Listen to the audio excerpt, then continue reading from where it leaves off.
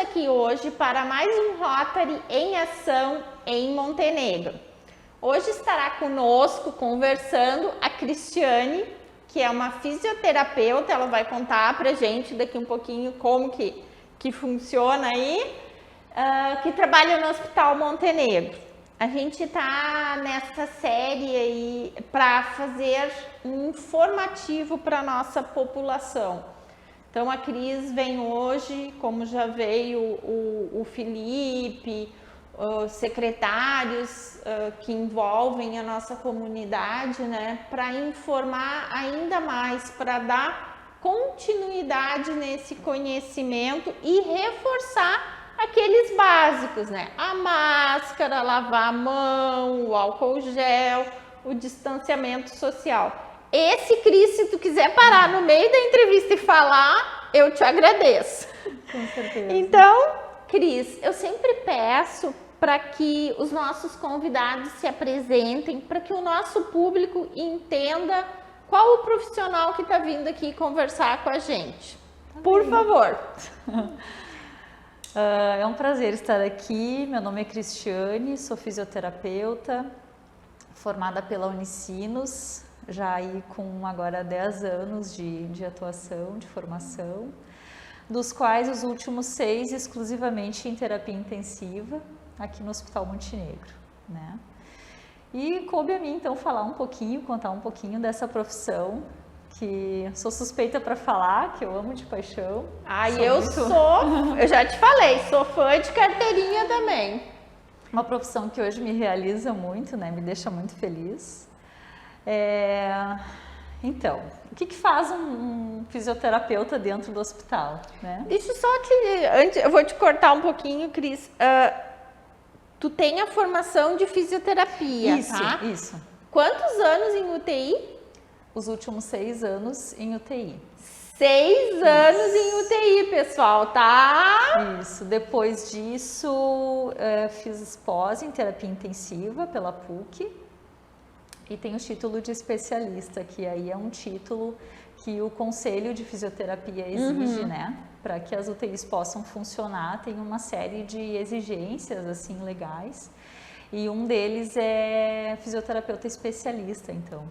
Né? Então, a gente tem aí uma super profissional aí de UTI, a gente já conversou um pouquinho, o Felipe teve com a gente aqui, né, Cris, elogiou muito o trabalho dos fisioterapeutas. Então, voltando, que eu te interrompi, né, eu gostaria então que tu desse continuidade e conversasse com o nosso público, dissesse para eles o que faz um profissional de terapia intensiva, que tu chamasses, né? Ou a nossa, vamos mais assim, do jeito mais simples, lá da UTI, das pessoas que necessitam de um tratamento mais específico e num tempo maior, é isso? Isso. Então, assim, o paciente que precisa ir para a UTI, né? É aquele paciente que precisa, justamente como o próprio nome já traduz, ele precisa de um cuidado intensivo, né? Nem sempre ele é um paciente que ele está muito grave ou que ele está indo para a UTI para morrer, né? Muitas vezes a gente recebe com um certo impacto, assim, a notícia, quando um paciente vai para a UTI, a gente já pensa que, nossa, ele está morrendo. Bem justamente, não é justamente, né? É claro, nós sabemos que muitos pacientes, infelizmente, vão para a UTI e a taxa de mortalidade se eleva. Agora, na pandemia, a gente percebeu isso de uma forma muito mais transparente, né? E sim, eles morrem tanto na UTI quanto em qualquer outro setor do hospital, mas ele é um setor que ele está ali justamente para tratar desses pacientes mais graves e que precisam de um cuidado mais de perto, assim, com estes profissionais que são, então, especialistas, né, nesse tipo de cuidado. Então, tem ali o médico, que também é intensivista, o enfermeiro também tem um papel muito importante e tem os seus estudos focados no paciente grave, toda a equipe de técnicos de enfermagem que fazem um trabalho excepcional, assim, 24 horas por dia, né? Então, o fisioterapeuta nós temos hoje em 3 turnos, manhã, tarde e noite. mas as outras equipes de enfermagem e médicos são 24 horas nas UTIs, né? Bom, o que faz um fisioterapeuta de UTI? Tá lá para fazer massagem nos pacientes? Ai, não. meu Deus, por favor! Não, Espero que o público não pense isso. Tomara né? que não. Tomara que não, né, Cris? Assim, o que faz, então, o fisioterapeuta dentro do hospital e não só na terapia intensiva, né?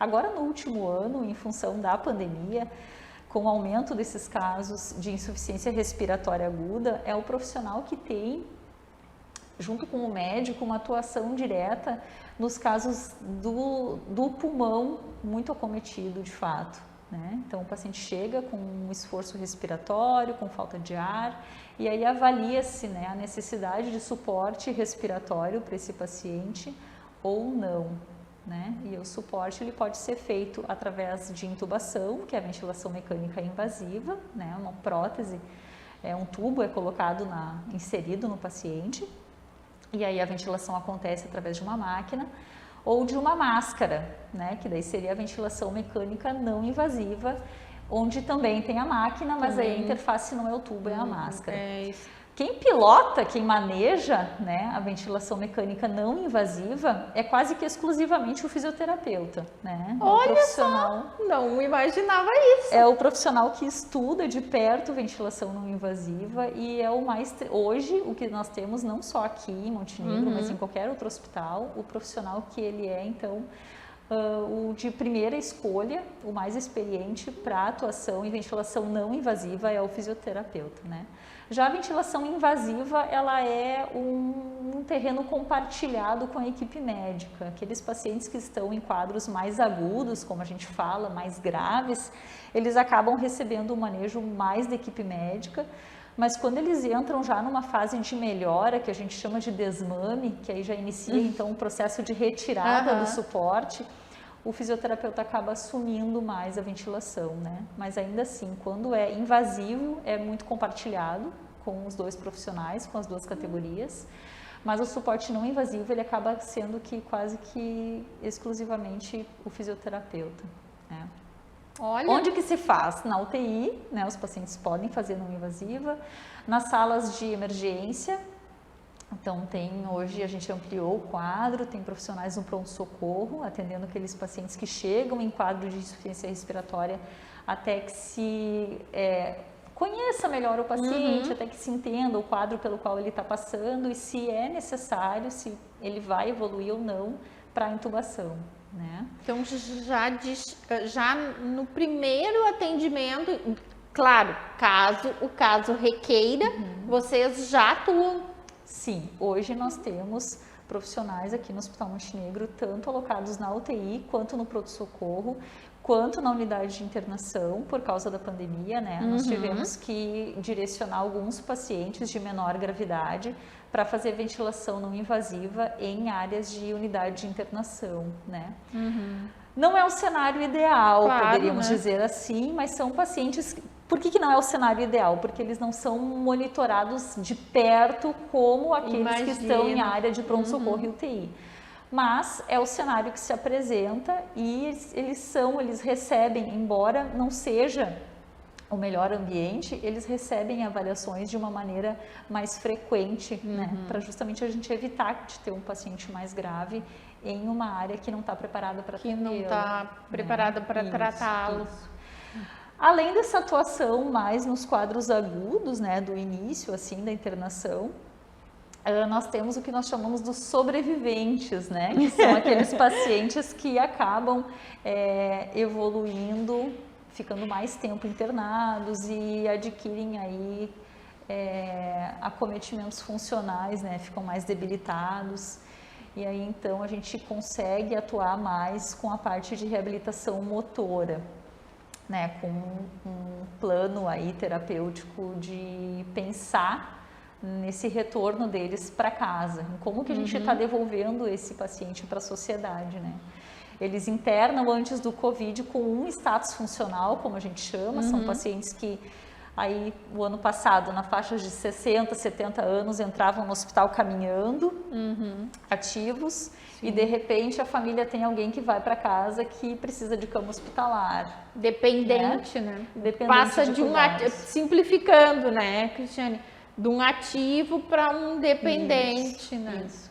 Então, são pacientes em que a gente já inicia a reabilitação no hospital, tão logo ele se recupere do quadro mais agudo do Covid, mas que no médio prazo, a gente pode dizer assim, inicia-se uma reabilitação, mas em algum momento ele precisa ir para casa, né? E aí esse cuidado em casa acaba sendo mais a critério das famílias.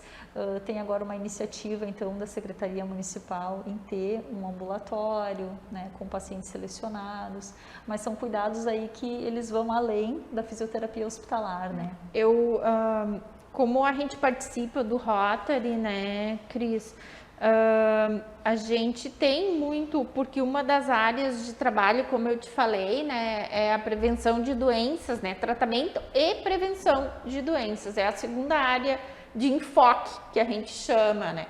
A primeira é a paz mundial, que também está por dentro de ter educação, de ter saúde, por trás também tem isso, né.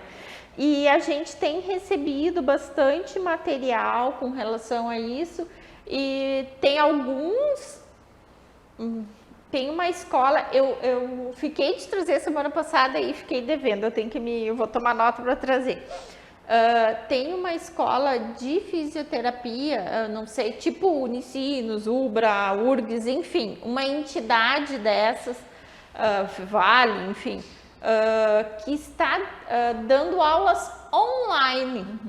Tá? Claro que, de novo, como a gente estava falando, né, de acordo com a capacidade da família, do paciente, né, observando tudo isso. Se eles verificam que é um caso mais grave, aí há um encaminhamento, né, então... Mas eu fico bem feliz que tem... já há essa condução, porque a gente, quando olha de fora... Tem muita queixa das famílias, né? E saber que tem todo esse processo e poder estar dizendo para o nosso público que tem um infectologista, que tem um intensivista, que tem um cardio, que tem uma fisioterapeuta, que tem enfermeiros com formação adequada dentro de uma estrutura que é 100% SUS, independente aos que são a favor, de novo, que nem eu te disse, a ideia aqui não é fazer polêmica, é informar, né? Então a gente fica muito feliz com isso e trazer informações, como tu dissesses, olha pessoal, eu sei que não é massagista porque eu sou fã de carteirinha, tenho muitos amigos fisioterapeutas e entendo. Na minha visão, entendia que jamais ele teria, assim, ingerência sobre algum aparelho, como tu disseste. Um aparelho que não fosse relativo à fisioterapia, como esse de respiração. Então, é bom a gente poder informar para o nosso público tudo isso, né, Cris? Bom, a Cris já deu uma palavrinha para a gente, o que faz, eu vou pedir depois para tu dar só mais um exemplinho, assim, de algum movimento, alguma coisa, porque a gente, infelizmente, já está concluindo o primeiro bloco, Cris. É sempre assim, quando começa a ficar bom, começa a ir para o fim, a gente não consegue falar tudo que a gente gostaria. Antes de encerrar o primeiro bloco, Cris, eu gostaria de saber de ti, assim, ó, tu já falaste um pouco, tu tem só 6 anos de TI ou já tem 6 anos de TI. Os outros anos tu trabalhou em clínica ou tu já saiu para dentro de um hospital? Quando eu me formei, eu trabalhei 3 anos no Hospital Santa Rita, do Complexo Santa Casa, mas lá não era exclusivo em UTI, era em área de internação para pacientes oncológicos, né? Reabilitação com pacientes oncológicos. Aí depois eu tive a minha filha. E aí é um momento em que algumas portas, enfim, a gente faz algumas resoluções de vida. A gente faz escolhas, né, Cris? Eu não queria mais ir voltar para Porto Alegre. Que é cansativo, é puxado. E aí surgiu a oportunidade aqui, e aí eu voltei para casa, em todos os sentidos, assim, né? Mas já sempre na área hospitalar. Sempre na Então área são hospitalar. 10 anos de experiência na área hospitalar. Bom, a gente está conversando no nosso Rotary em Ação em Montenegro com a Cristiane. Nós vamos dar uma paradinha para tomar uma aguinha, dar uma relaxada e voltamos já já para o nosso segundo bloco do Rotary em Ação em Montenegro com a fisioterapeuta do Hospital Montenegro, Cristiane.